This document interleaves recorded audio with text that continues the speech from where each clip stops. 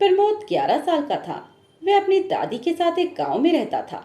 उसकी दादी ने आंगन में एक पपीते का पेड़ लगाया था और अब प्रमोद के साथ साथ वह पपीते का पेड़ भी काफी बड़ा हो गया था।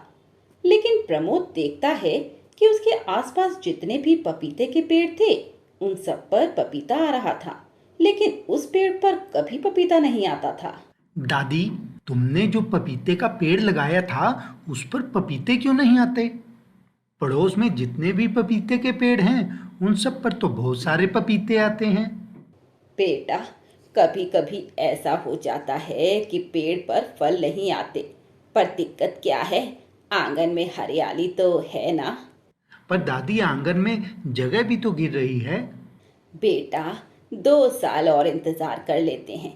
अगर तुझे लगे कि सचमुच में पपीते का पेड़ जगह घेर रहा है तो तुम उसे हटा देना।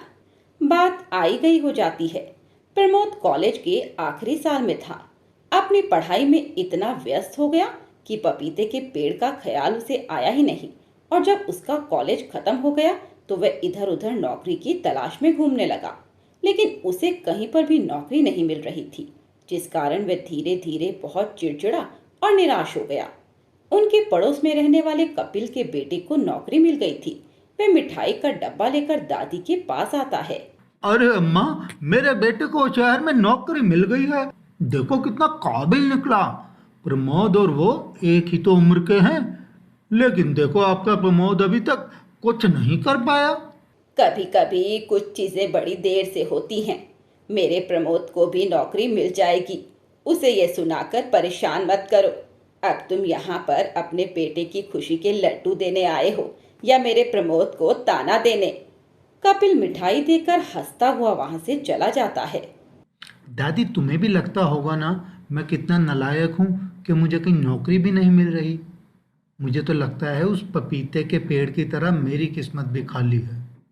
ना उस पर फल आते हैं और ना ही मुझे नौकरी मिलती है। पर बेटा, वह अपना एहसास तो कराता है ना। तुम भी तो बस पता नहीं क्या क्या सोचने लग जाते हो। नौकरी भी मिल जाएगी। तुम कितनी बूढ़ी हो गई हो दादी, कब तक काम करती रहोगी? मैंने देखा है अब तो तुम्हें सुई में धागा डालने में भी कितनी दिक्कत होती है, और फिर पूरा दिन मशीन पर बैठकर कपड़े सिलती रहती हो। बस बेटा, तेरी नौकरी लगते ही सब छोड़ दूंगी। प्रमोद उदास होकर पपीते के पेड़ के पास आता है और उसके तने को पकड़कर कहता है। लगता है मेरी किस्मत भी तुम्हारी किस्मत की तरह सोई हुई है। पर मुझे एक बात आज तक समझ में नहीं आई, जब भी मेरे साथ कुछ बुरा होता है मुझे तुम्हारी याद क्यों आती है? मैं हमेशा तुम्हें लेकर अपने आप क्यों सोचने लगता हूँ?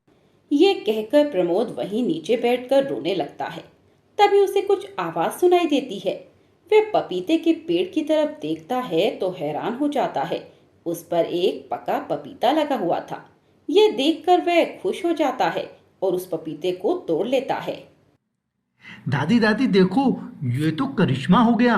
मैं अभी पपीते के पेड़ के पास गया तो कुछ भी नहीं था, और थोड़ी ही देर में देखो ये पका पपीता उस पर लगा हुआ था।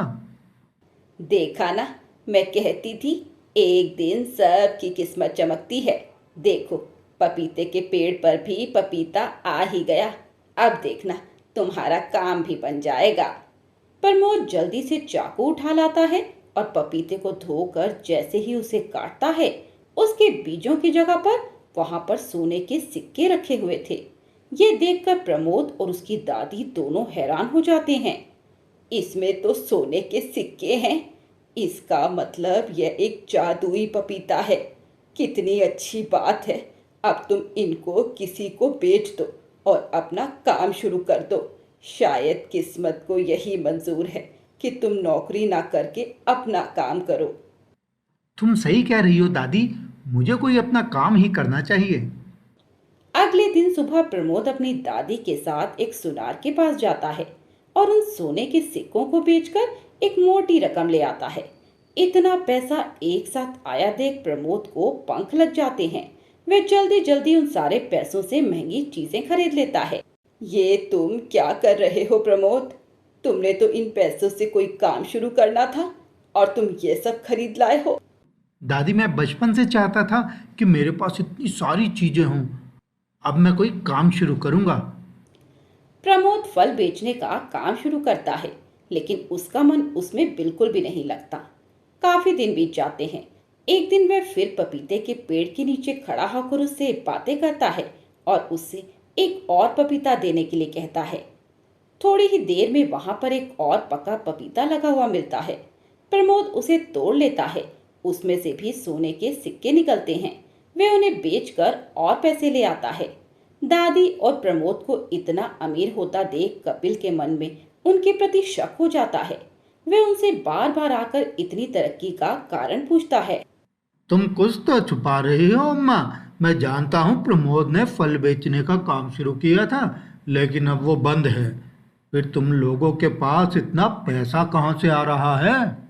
वैसे तो तुम्हें अपने काम से काम रखना चाहिए, लेकिन अगर तुम्हें जानना ही है तो मैं बता देती हूँ। मेरे पास कुछ पुराने गहने थे, वह हमने बेच दिए। कपिल को ये बात हजम नहीं होती। वह चुपके से रात को दादी और पोते की बात सुनता है। देखो बेटा, अगर तुम इसी तरह जादुई पपीते की मदद से अमीर होना चाहते हो तो यह तुम्हारी गलत बात है। एक दिन वह पेड़ पपीता देना बंद कर देगा। आगे चलकर तुम्हारी उम्र भी ज़्यादा हो जाएगी। फिर तुम कुछ नहीं कर पाओगे और ये पैसा भी खत्म हो जाएगा। मेरी बात मानो, तुम दिल लगाकर कोई काम शुरू कर दो। दादी, जब हमारे पास जादुई पपीता है तो हमें काम करने की क्या जरूरत है? इस बार मैं जितना भी पैसा लूंगा, मैं सब ऐसे ही रख दूंगा और उन्हें धीरे धीरे खर्च करूंगा। तुम बहुत पछताओगे प्रमोद, तुम मेरी बात ही नहीं सुनते हो।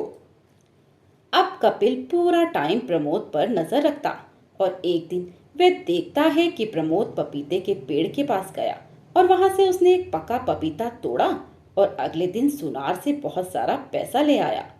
उसी रात कपिल पपीते के पेड़ के पास जाता है और उससे पका पपीता मांगता है, लेकिन बहुत देर तक भी उस पर पका पपीता नहीं आता। तब वह गुस्से में उस पेड़ को काट कर फेंक देता है। अगले दिन सुबह जब प्रमोद देखता है कि वहां पपीते का पेड़ नहीं है तो वह बहुत दुखी होता है। लगता है किसी ने पेड़ को काट दिया है बेटा। अब तुम्हारे पास जितना पैसा है तुम इसी में ही कुछ ना कुछ करने की कोशिश करो, वरना यह सब पैसा भी खत्म हो जाएगा और अब तो पपीते का पेड़ भी नहीं है। हाँ दादी, तुम सही कह रही हो। अब तो ज़्यादा पपीता भी नहीं है और मुझे इन्हीं पैसों से काम करना होगा। दादी घर से बाहर जाती है और उस पपीते के पेड़ को ढूंढने लगती है।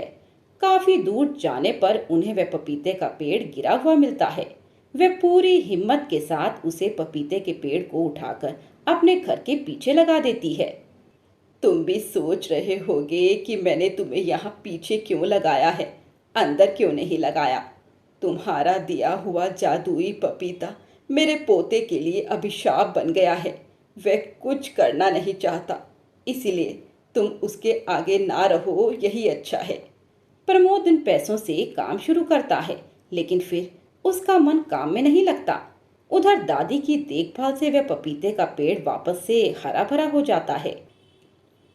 धीरे धीरे प्रमोद सारा पैसा भी खर्च कर देता है। फिर वह घर के उस सामान को बेचना शुरू कर देता है जो उसने खरीदा था। धीरे धीरे करके वह वापस एक गरीब बन जाता है। दादी, ये मैंने क्या कर दिया? सारे पैसे खत्म हो गए, सारा सामान बिक गया। अब मैं क्या करूं? बेटा, एक कहावत है कि कुत्ते को घी हजम नहीं होता, क्योंकि वह उसे पचाने के लिए मेहनत ही नहीं करता, और तुमने भी वही सब किया। अब मैं कुछ नहीं कर सकती। मैं अब बहुत बूढ़ी हो गई हूँ, काम भी नहीं कर पाऊंगी। हो सकता है 1-2 साल में मर भी जाऊं, पर उसके बाद तुम्हारा क्या होगा। अब प्रमोद को बड़ी चिंता होने लगी। पढ़ने लिखने के बाद भी वह नौकरी नहीं कर रहा था और कोई काम उसने किया ही नहीं। अपनी हालत देखकर उसकी आंखें खुल जाती हैं और वह मेहनत मजदूरी करने लगता है। और जैसे ही उसे पहली तनख्वाह मिलती है वह बहुत खुश होता है और रोते रोते अपनी दादी से कहता है। दादी देखो, ये मेरी मेहनत का पैसा है और इसकी कीमत मुझे पता चल गई है। तुम्हें पता है, आज जब मैं घर आ रहा था तो मुझसे 1 रुपए की गिलास का पानी भी नहीं खरीदा गया। मैंने सोचा घर है ही कितनी दूर, घर जाकर पी लूंगा। बस बेटा, मैं यही चाहती थी कि तुम्हें पता चले कि मेहनत क्या होती है, उसका फल क्या होता है। सोचो, अगर तुम्हें वापस से वह जादुई पपीता मिल जाए तो तुम क्या करोगे? ऐसा होगा तो नहीं, लेकिन अगर ऐसा हुआ तो इस बार मैं कोई गलती नहीं करूंगा। जितना पैसा मुझे मिलेगा उसे बढ़ाने की कोशिश करूंगा। कसम से दादी, मुझे पता चल गया है कि पैसे की क्या कीमत है। दादी उसके सर पर हाथ फेरती है। अगले दिन सुबह प्रमोद का जन्मदिन था। दादी घर के पीछे जाती है और पपीते के पेड़ से पपीता मांगती है। तभी वहां पर एक पका पपीता आ जाता है। दादी उसे लेकर आती है और प्रमोद को देते हुए कहती है, यह तुम्हारे जन्मदिन का तोहफा है बेटा। ये भी जादुई पपीता है, लेकिन इस बार तुम्हें पता है ना कि तुम्हें क्या करना है? प्रमोद बहुत खुश होता है। फिर वह जादुई पपीते से मिले हुए सोने के सिक्कों को बेचकर बहुत सारा पैसा लेकर आता है और उससे अपना एक व्यापार शुरू करता है, जिसमें वह बहुत दिल जान से मेहनत करता है और थोड़े ही दिनों में वह उन पैसों में और भी बढ़ोतरी कर देता है। यह हुई ना बात। बेटा, तुमने उस जादुई पपीते का सही इस्तेमाल किया है। पर दादी, वह तो आंगन में था ही नहीं। फिर तुम्हें ये जादुई पपीता कहाँ से मिला? फिर दादी उसे बता देती है कि वह पेड़ तो घर के पीछे लगा हुआ है। नहीं दादी, इस बार मैं लालच में नहीं आऊंगा। मैं अपनी मेहनत के पैसों से ही अपने जीवन का गुजारा करूंगा। और प्रमोद की बात सुनकर दादी और प्रमोद गले लग जाते हैं। एक गांव में एक किसान मदन मोहन रहता था। वो बेहद गरीब था और उसके परिवार में उसकी पत्नी और 2 बच्चे थे। वो अपने खेतों में बहुत मेहनत करता था, लेकिन जब सब्जी उगने की बारी आती तो जमीन पर सिर्फ 2-4 सब्जी के सिवा और कुछ दिखाई नहीं देता। मदन मोहन इस बात से बहुत परेशान हो चुका था, क्योंकि वो जानता था कि ये वही खेत है जिससे उसने बहुत अच्छी खेती की है। लेकिन अचानक से क्यों अब उसके खेत पर खेती नहीं हो रही है, ये चिंता का विषय उसे दिन रात परेशान कर रहा था। मेरी बात मानो, पंडित जी को बुलाकर अपने खेत की नजर उतरवा लो। कहीं ऐसा ना हो कि हमारे खेत को किसी की नजर लग गई हो। नजर इंसानों को लगती है, खेतों को नहीं। मुझे तो लगता है कोई और ही बात है।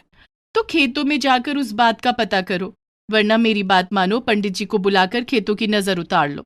रात के समय मदन मोहन अपने खेतों में जाता है। सब कुछ सामान्य था, लेकिन रात के 12 बजे अचानक से उसके खेतों के बीचों बीच रोशनी होती है।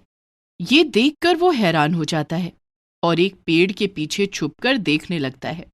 तभी वो देखता है कि वहां पर बड़े बड़े से मोटे 4 टमाटर बैठे हुए हैं और वो इंसानी भाषा में बात कर रहे हैं। देखो भाई, बहुत समय से इस खेत पर हम लोगों ने डेरा लगा रखा है, लेकिन अब मुझे लगता है हमें यहाँ से चलना चाहिए। बेचारे मदन मोहन का बड़ा नुकसान हो रहा है। हाँ, नुकसान तो हमारी वजह से हो गया है, लेकिन कोई बात नहीं, हम उसकी भरपाई भी कर देंगे। वैसे इंसानी दुनिया इतनी भी बुरी नहीं है जितना हम सोच रहे थे। इतने टाइम से यहाँ पर रह रहे हैं, अच्छा लग रहा है। मेरा तो मन कर रहा है कुछ समय यहीं पर ही रहूं। तो ठीक है, ये यहाँ रह लेगा, हम तीनों चलते हैं। और वैसे भी हमें मदन मोहन के नुकसान की भरपाई करनी है, तो ये यहीं पर रह लेगा। तीसरा टमाटर यह सुनकर बड़ा खुश हो जाता है, क्योंकि उसे इंसानी दुनिया बहुत अच्छी लग रही थी। बाकी के 3 टमाटर उसे छोड़कर चले जाते हैं। तभी वो तीसरा टमाटर पेड़ के पीछे छिपे हुए मदन मोहन को देख लेता है। मैं जानता हूँ तुम वहां पेड़ के पीछे छुपे हुए हो, बाहर निकल आओ, मैं तुम्हें बताता हूँ। मुझे माफ करना, मुझे तुम्हारी बात सुनने का भी शौक नहीं था। वो तो बस मैं देखने आया था कि मेरे खेतों में आजकल ऐसा क्या है कि सब्जी नहीं लग रही। हाँ, हम लोग यहाँ पृथ्वी पर किसी काम से आए थे और काफी समय से तुम्हारे खेत का इस्तेमाल कर रहे थे, इसलिए यहाँ पर सब्जी नहीं लगी। लेकिन तुम बेफिक्र रहो, कल सुबह तक तुम्हारे खेत हरे भरे हो जाएंगे। इनमें इतनी सब्जियां लगेंगी कि तुम बेचते बेचते थक जाओगे। मैं एक सुपर हीरो टमाटर हूँ। हे भगवान, मुझे तो अपनी आंखों पर यकीन ही नहीं हो रहा है। एक इतना बड़ा टमाटर, मैं उससे बातें कर रहा हूँ। क्या तुम यहीं पर रहोगे या मेरे साथ मेरे घर चलोगे? मुझे लगता है मुझे तुम्हारे साथ तुम्हारे गांव जाना चाहिए और तुम्हारे घर पर रहना चाहिए। मुझे लोगों की मदद करने में बड़ा मजा आता है। वो तो अच्छी बात है, लेकिन तुम्हें पता है इंसान ऐसा नहीं है जैसा तुम सोच रहे हो। तुम लोगों की अधिक मदद करने लग जाओगे तो वो लोग तुम्हारा ही फायदा उठाने लग जाएंगे। मुझे इस बात से कोई फर्क नहीं पड़ता, क्योंकि अगर मुझे लगा कि कोई मेरा फायदा उठाना चाहता है या मुझे कोई नुकसान पहुंचाना चाहता है तो मैं तुरंत गायब हो जाऊंगा। लेकिन चलो फिर भी मैं तुम्हारे साथ तुम्हारे घर चलता हूँ। मुझे देखना है और मुझे लोगों की मदद भी करनी है। मदन मोहन को टमाटर की गोल गोल बातें समझ में नहीं आ रही थी। वो उस टमाटर के साथ घर आ जाता है। इतने बड़े टमाटर को देखकर मदन मोहन की पत्नी और बच्चे हैरान हो जाते हैं। बाबा, इतना बड़ा टमाटर? सुनो जी, तुम्हें ये टमाटर कहाँ से मिला? ये तो बहुत बड़ा है, इसके तो हमें अच्छे दाम मिल जाएंगे। अरे मैं कोई बिकाऊ टमाटर नहीं हूँ, मैं तो सुपर हीरो टमाटर हूँ। मैं लोगों की मदद करता हूँ। मदन मोहन की पत्नी और बच्चे मदन मोहन की तरफ देखते हैं। तब मदन मोहन उन्हें कहता है, इनसे मिलो, ये सुपर हीरो टमाटर हैं। हमारे खेतों पर कब्जा किए हुए बैठे थे और अब हमारी मदद करेंगे। मुझसे वादा किया है कि हमारे खेतों में बहुत सारी सब्जियां लगेंगी। टमाटर के बारे में ये बात जानकर मदन मोहन का बेटा बड़ा खुश होता है और टमाटर से कहता है, क्या तुम सच में सुपर हीरो टमाटर हो? बिल्कुल मैं हूँ। अच्छा, तो कल मेरा मैथ का पेपर है और मुझे सवाल बिल्कुल भी नहीं आते हैं, तो क्या कल तुम मेरे बदले जाकर मेरा पेपर दे सकते हो? ये सुनकर टमाटर जोर जोर से हंसने लगता है। नहीं, मैं ऐसा कुछ नहीं करूंगा, लेकिन हाँ, तुम्हारे दिमाग में मैथ को जरूर घुसा सकता हूँ। तभी टमाटर किताब को खोलता है और उसमें से तरंगे निकल निकल कर मदन मोहन के बेटे के दिमाग में घुस जाती है। उसे अब सारा मैथ आता था। ये देखकर बेटी भी टमाटर से मदद मांगती है। टमाटर उसकी भी पेपर में पढ़ने में मदद करता है। हाँ, इसका मतलब तुम सारे काम कर सकते हो। क्या तुम किचन में मेरी मदद कर सकते हो? तभी किचन में उठापटक की आवाजें आनी शुरू होती हैं और थोड़ी ही देर में सारा किचन सेट हो जाता है और बढ़िया खाना भी तैयार हो जाता है। ये देखकर सारा परिवार खुश होता है। फिर वो सब लोग साथ बैठकर रात का खाना खाते हैं और सो जाते हैं। अगले दिन सुबह किसी के चिल्लाने की आवाज से मदन मोहन की आंख खुलती है। आवाज बाहर से आ रही थी। एक किसान जोर जोर से चिल्ला रहा था कि उसका बैल मिट्टी में फंस गया है और निकल नहीं रहा है।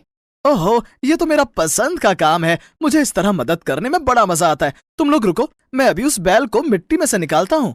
टमाटर गोल गोल घूमता हुआ वहां पर जाता है और बैल को उस गीली मिट्टी में से खींचकर बाहर निकाल लेता है। एक बड़े से टमाटर को बैल को बाहर निकालते हुए देखकर सभी लोग हैरान हो जाते हैं। फिर मदन मोहन को सारे गांव को बताना पड़ता है कि ये सुपर हीरो टमाटर है और लोगों की मदद के लिए आया है। ये सुनकर गांव के दो चोर राजू और सोनू उस टमाटर को चुराने की बात सोचने लगते हैं। तुमने देखा मदन मोहन के पास सुपर हीरो टमाटर है। अगर वो हमें मिल जाए तो सोचो हम कितनी बड़ी बड़ी चोरियां कर सकते हैं और एक ही दिन में बहुत अमीर हो सकते हैं। क्या बात है भाई, मेरा दिमाग भी यही सोच रहा था। हम दोनों एक जैसा सोचते हैं तभी चोरियां भी एक जैसी करते हैं। तो ठीक है, आज रात हम लोग मदन मोहन के घर जाकर उस टमाटर को उठा लेंगे। रात को मदन मोहन का परिवार गहरी नींद में सो रहा था। टमाटर भी एक बड़ी सी चारपाई पर आंखें बंद कर लेटा हुआ था कि तभी उसे आहट सुनाई देती है और वो देखता है कि पीछे वाले दरवाजे से दो आदमी अंदर आ रहे हैं। लगता है ये लोग यहाँ पर चोरी करने के इरादे से आए हैं, लेकिन क्या चुराना चाहते हैं? तभी वो दोनों टमाटर के पास आ जाते हैं और टमाटर को उठाने लगते हैं। टमाटर समझ जाता है कि वो उसे चोरी करने आए हैं और वो अपने वजन को इतना भारी बना लेता है कि उन दोनों चोरों से वो उठता ही नहीं है। लगता है तुम दोनों थक गए हो। क्या मैं तुम्हारी थोड़ी मदद करूं? हम तो तुम्हें चुराने आए थे, अब तुम हमारी मदद क्या करोगे? मैं तुम दोनों को इस गांव से दूसरे गांव में फेंक देता हूं ताकि तुम फिर कभी चोरी ना कर सको। ये सुनकर वो दोनों शोर मचाकर वहां से भागने लगते हैं। मदन मोहन का परिवार भी उठ जाता है। वो देखते हैं कि राजू और सोनू चोरी करने के लिए आए हैं। तब टमाटर उन दोनों को गोल गोल घुमाकर गांव से बाहर फेंक देता है। देखा, मैंने कहा था ना, लोग बाग तुम्हें ही उठाने के लिए आ जाएंगे। तुम मेरी चिंता बिल्कुल मत करो, आराम से सो। कल तुम्हारे खेतों में बहुत सारी सब्जियां लगने वाली हैं, तुम्हें बाजार में उन्हें बेचने भी जाना है। अगले दिन सुबह मदन मोहन अपने खेतों में जाता है तो खुश हो जाता है। उसका पूरा खेत सब्जियों से भरा हुआ था। इतनी सारी सब्जियां तो मैंने अपनी जिंदगी में भी नहीं देखी हैं। अब तुम मेरी मदद करो। इतनी सारी सब्जी मंडी तक कैसे जाएगी? अभी देखो। और देखते ही देखते सारी सब्जियां खेतों से टूट जाती हैं। सुपर हीरो टमाटर एक बड़ा सा ट्रक बन जाता है और उसके ऊपर बैठकर मदन मोहन मंडी पहुंच जाता है। सारी सब्जियां बेचकर वो अच्छे दाम ले लेता है। और उधर वहां मंडी में एक बड़े से टमाटर को ट्रक के रूप में देखकर सब लोग हैरान हो जाते हैं। फिर वो टमाटर गोल गोल घूमकर एक बड़ा टमाटर बन जाता है। सभी लोग हैरान थे। सभी टमाटर के साथ फोटो खिंचवाने के लिए भीड़ इकट्ठी कर लेते हैं। सुपर हीरो टमाटर भी सबके साथ फोटो खिंचवा कर इतरा रहा था। ये देखकर मदन मोहन को बड़ी जलन हो रही थी। क्यों रे मदन मोहन, तू बड़ा जल रहा था जब सब लोग मेरे साथ फोटो खिंचवा रहे थे। क्या तुझे अच्छा नहीं लगा कि मैं इतना फेमस हो गया हूँ? मुझे तो बहुत खुशी होती है। सब लोग मेरी तरफ ऐसे देखते हैं जैसे मेरे पास कोई बहुत बड़ा खजाना हो। लेकिन तुम इस तरह फोटो खिंचवाकर फेमस होना चाहते हो, और देख लेना तुम्हारे साथ में कुछ बुरा होने वाला है। तुम हमेशा बुरा ही क्यों सोचते रहते हो? कभी कुछ अच्छा भी सोच लिया करो। कि तभी वहां पर बड़ी बड़ी गाड़ियां आ जाती हैं। उनमें से बहुत से साइंटिस्ट नीचे उतरकर टमाटर को पकड़ने के लिए आते हैं। देखा मेरे दोस्त, मेरे को इसी बात का डर था। अब ये तुम्हें पकड़कर ले जाएंगे और तुम्हारे ऊपर एक्सपेरिमेंट करेंगे। और मैंने भी तुमसे कहा था जब ऐसा होगा तो मैं किसी भी पल गायब हो जाऊंगा। मदन मोहन, मैं तुमसे फिर मिलने के लिए आऊंगा। अभी मैं चलता हूँ। ऐसा कहकर सुपर हीरो टमाटर वहां से गोल गोल घूमकर गायब हो जाता है।